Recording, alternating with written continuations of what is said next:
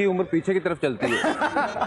मैं और Veeru over as भी हो गए, यूवी और ये अंडर 19 वर्ल्ड कप खेलते ही रहे। कैफ और यूवी दोनों काफी क्रिकेट खेले हैं। अभी यूवी उस समय ना मेरे से छोटा हुआ करता था, मैं ओवर एज हो गया अंडर 19 में। अभी हमने यूवी का 40वां बर्थडे बना के आए हैं वहां पे, और वो अभी मेरे से बड़ा हो गया, मैं उससे छोटा हो गया, मुझे समझ ही नहीं लगी।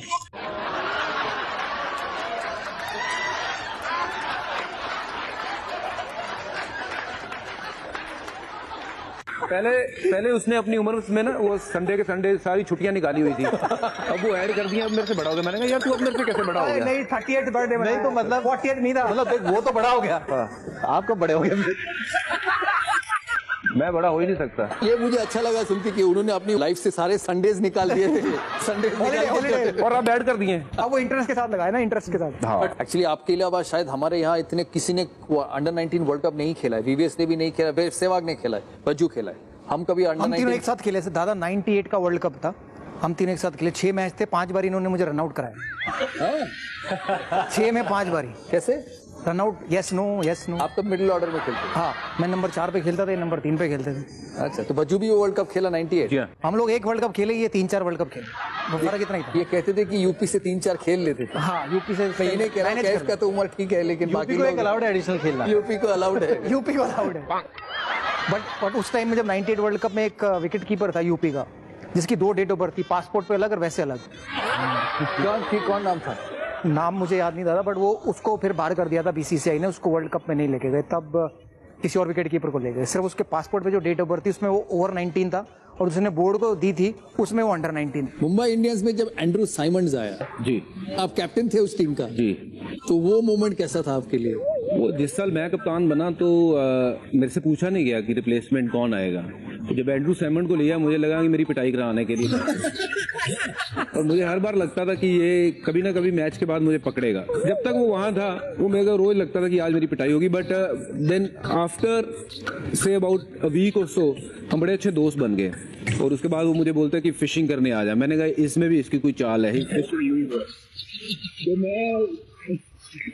मैं गया नहीं उसके बाद ब्रिस्बेन पर। बात होती है बिल गेट्स के बारे में, कहते थे बिल गेट्स बोलता था कि I was a college drop out, मुझे स्कूल में या कॉलेज में वो पसंद नहीं करते थे, तो I was a college drop out and I became the richest man in the world. And Harbhajan Singh was an NCA drop out and became one of the greats of Indian cricket, greats of Indian cricket.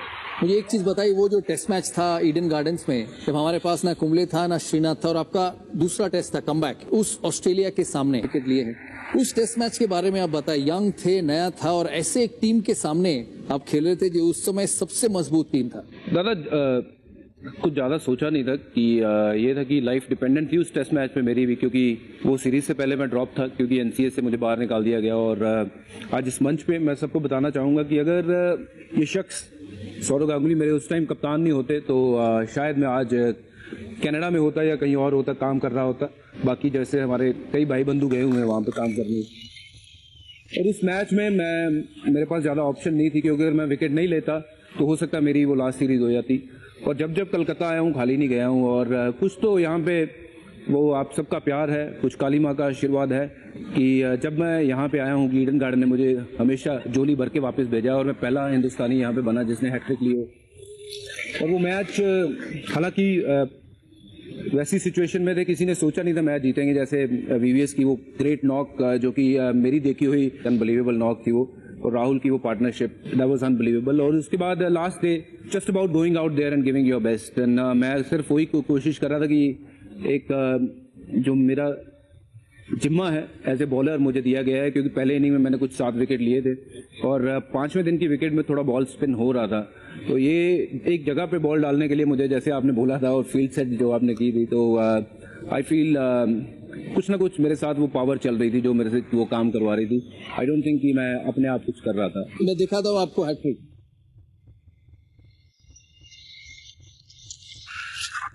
Oh, big appeal. Yes, got him. LBW. Ricky Ponting. LBW. Hamashan Singh. He's making a big comeback here. Ricky Ponting was playing all round that bat.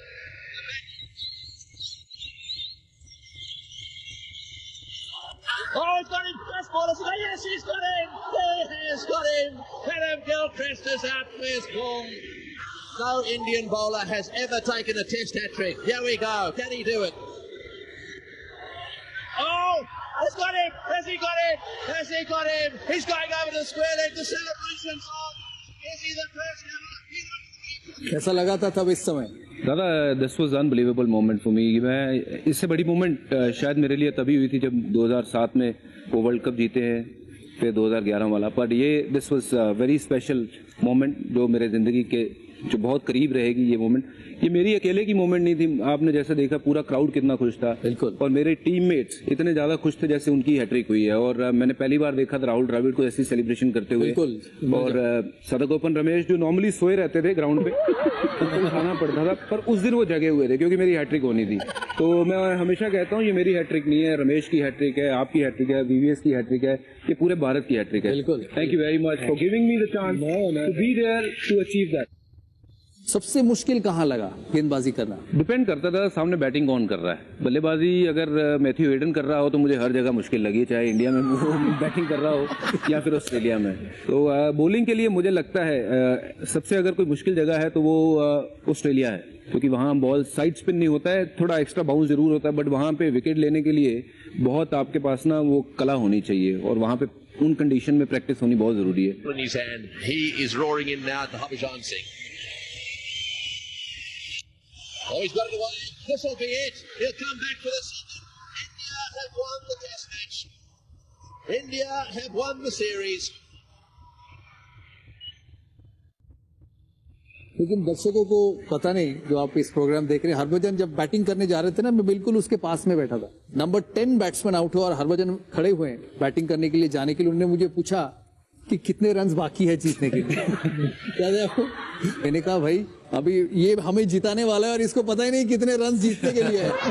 और बहुत बहुत बढ़िया जीत था भारतीय cricket के लिए। Bowling से तो आपने जिता ही है, उस मैच में भी आपने 12 या 13 विकेट लिया था। 15 विकेट लिए थे उस मैच में, चेन्नई टेस्ट में 15 विकेट। आपको इतने परफॉर्मेंस रहे आपके लाइफ में, 100 टेस्ट मैच भी खेल चुके हैं, 400 के करीब टेस्ट विकेट्स, 300 से ज्यादा वनडे विकेट्स। सबसे यादगार परफॉर्मेंस कौन सा रहा है भारत के लिए? तो भारत के लिए मैं दादा यही कहूंगा कि ये जो सीरीज थी मेरी खेली हुई अब तक की सबसे बेस्ट सीरीज थी, क्योंकि we were underdog in the series की कोई सोच नहीं सकता था कि वो ऑस्ट्रेलिया टीम को हराना और उसमें मेरे जैसे एक इंसान की जिंदगी चेंज हो जाना उस पूरी सीरीज से मैंने सोचा नहीं था। और जब मैं सीरीज खेलने आया था तो मेरा कोई नाम नहीं था, कोई वजूद नहीं था, कोई मुझे जानता नहीं था। पर जब मैं वापस गया हूँ वो सीरीज खेल के 3 मैच में 32 विकेट लिए और जो आज भी रिकॉर्ड है अपने आप में कि 3 मैच में शायद सबसे ज्यादा विकेट 32 ही हुए हैं। तो मैं जब वापस गया था तो मेरा कोई नाम था, मेरा वजूद था। और इससे तगड़ी सीरीज वो कहते हैं कि मैंने ना देखी है ना हुई है। और मैं अपने बाप को खुशकिस्मत समझता हूँ कि मैंने उसमें कुछ योगदान दिया है। और आप सबकी बदौलत, आपकी वीवीएस और Sachin, all my seniors, they were all there. और उसमें से मुझे मैन ऑफ द सीरीज मिलना अपने आप में एक बहुत बड़ी बात थी और ये मेरे दिल के बड़ी करीब मोमेंट है। सबसे जो मेरी यादगार पल होंगे वो ये वाले होंगे, 2001 वाले। फील्डिंग में इतना दिलचस्पी कैसे हुआ? क्योंकि हम अभी तो इंडिया में ग्राउंड्स इतने अच्छे हुए हैं, हर जगह जाओ आउटफील्ड इतना बढ़िया, कलकत्ता जाओ, बॉम्बे जाओ, हैदराबाद जाओ, मोहाली जाओ, हर जगह आउटफील्ड जहां आप डाइव मार सकते हो। लेकिन हम सारे यहाँ पे जो है उस जमाने क्रिकेट खेले जहां पे एक बार डाइव मारे तो फिर 4 दिन आप उठ नहीं सकते थे, क्योंकि इतना बुरी तरह से ये और एल्बोज और घुटने छिल जाते थे। तो उस जनरेशन में फील्डिंग का इतना इंटरेस्ट था? फील्डिंग थोड़ा सा फुटबॉल का शौक था शुरू में। जब मैं 7-8 साल का था तो फुटबॉल काफ़ी खेली। तो वहाँ एक होता है लर्न टू फॉल, काफ़ी अर्ली एज में सीख गया था मैं। तो दर्द से दोस्ती हो गई, जब गिरने लगे तो मज़ा आने लगा। और आप जब हमारी एक सीनियर टीम थी तो वो हमें खिलाते नहीं थे मैच, ये छोटा है चोट लग जाएगी इसको बाहर रखो। फुटबॉल उस टाइम पे एक जुनून था मेरे लिए कि यार खेलना है, बारिश हो रही है, फुटबॉल चल रहा, मुझे नहीं खिला रहे लोग। बट कानपुर में फुटबॉल का शौक था? इलाहाबाद में, ये इलाहाबाद की बात है, 8-9 साल का था मैं। तो एक बार प्लेयर थोड़ा कम आए तो उसको लोगों ने बोला कि इसको पीछे खड़ा कर दो, खिला लो। तो मैं पीछे डिफेंडर था, तो वहाँ बॉल आई और कीपर को अटैकर ने बीट कर दिया और बॉल गोल की तरफ मार दी। मैं भाग के गया, स्लाइड मारी और मैंने पुश किया, बॉल को बचा लिया, गोल, हाँ बचा लिया। और तब से मुझे लगा कि यार ये छोटी तो बहुत काम की चीज़ है, ये तो डायरी मार रहा है, डर नहीं रहा, इसको खिलाते हैं। तो वहां से मेरी स्टार्ट हुई कि यार बड़े सीनियर टीम में कैसे अपनी जगह बनानी है। तो वो गिर के मैंने सीखी। एक मोमेंट जिसमें सारे इन्वॉल्व हैं, ये देखो। Edged away. Flintoff can't cut it off. It's gone for 4. End of the 49th over. India just need 2 runs from the last 6 balls. Full toss. They go for the single this time. A throw and a miss. They're going to get back for two. India are home. Lords goes wild. India have won the NatWest Series final by 2 wickets here at Lords in one of the most incredible one-day matches the country has ever seen. मुझे एक प्रश्न पूछना था जो कभी पूछे नहीं। वो फुल टॉस बैट पे लगा और भाग पड़े, वो डिसाइड किए थे दोनों की भागना ही है। हाँ बिल्कुल, आप सिर्फ बैट को लगाओ बॉल और मैं भागूंगा किधर भी जाए। किधर भी जाए। क्या भाई साहब सोच रहे थे कि मतलब इतना अभी नजदीक आया मैं थोड़ा डर गया, मैंने कहा इतने पास आ गए, स्ट्राइक तो मुझे मतलब चाहिए। हो सकता है इनको उतना भरोसा नहीं था जहीर पे कि चलो। दादा उस मैच का बेस्ट मोमेंट तो वो आपका टी शर्ट निकालने वाला था। एक ने 90 रन बनाए, उस मैच में मैंने 60 रन भी बनाए बेस्ट थे। मोमेंट तो वही था। हम लोगों ने बहुत कोशिश की दादा को रोकने की, बट दादा रुके नहीं। नहीं रुके, खुशी से नहीं रुके। और उस मैच में ये मेरे बाजू में खड़ा था, तो ये मुझे कह रहे पूछ रहा था कि मैं क्या करूं। मैंने कहा तू भी खोल ले तू भी खोल ले कपड़े। एक्चुअली मैं भी शर्ट उतारने वाला था, राहुल द्रविड़ ने मेरी शर्ट खींच ली। अच्छा हुआ मेरी खींच ली, नहीं तो सलमान खान तो एक ही हो सकता है ना।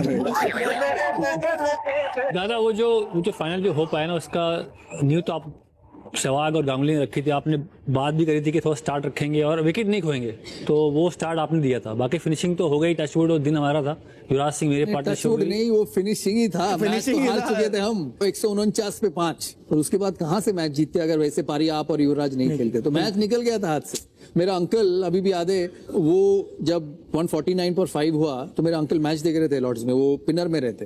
वो निकल के घर चले गए कि घर निकल जाता हूँ यार, भारत हार जाएगा। आपके फैमिली भी मुझे याद है वो फिल्म देखने चली गई थी, देवदास। फिल्म देखने, देवदास मूवी, शाहरुख खान का फिल्म देखने चला गया था। तो बीच में जब मोटरवे पे गए तो भारत 225 पे 5 था। तो मेरा अंकल वापस आया, वो मोटरवे से वापस आके फिर लॉर्ड्स पे घुसा, वो उसके मैच देखा और ये उम्मीद की कि आप और युवराज मैच जिताएंगे। और जब आपके फादर मदर जब वो फिल्म देख के निकला, तब तक भारत मैच जीत चुका था। और आपके फादर को जो प्रेस वाले हैं ना, वहाँ घर पहुंच के बोले कि मोहम्मद कैफ ने मैच जीता है। तो पूछे उनसे कि आप क्या कर रहे थे। उन्होंने कहा हमें देवदास देख रहा था, क्योंकि मुझे नहीं लगा था कि भारत जीतेगा ये मैच। तो सचिन आउट हुए तो फिर वो चले गए। We will go to VVS Lakshman. Lakshman's दूसरा। 2 + 2 is equal to 4. 4 + 4 is equal to 8. 4 + 6 is equal to 11. How is this possible? It's related to cricket. When you take 2 doubles, it's a 4. When you hit 2 fours, it's a 8. You've hit a 4 and a 6. How is it 11? It's a no ball. Absolutely right. It's a no ball. केफू, एक cyclist जा रहा है, ये cycle के तीनों tyre तुमको दिख रहा है, 2 टायर साइकिल के साथ, एक नीचे।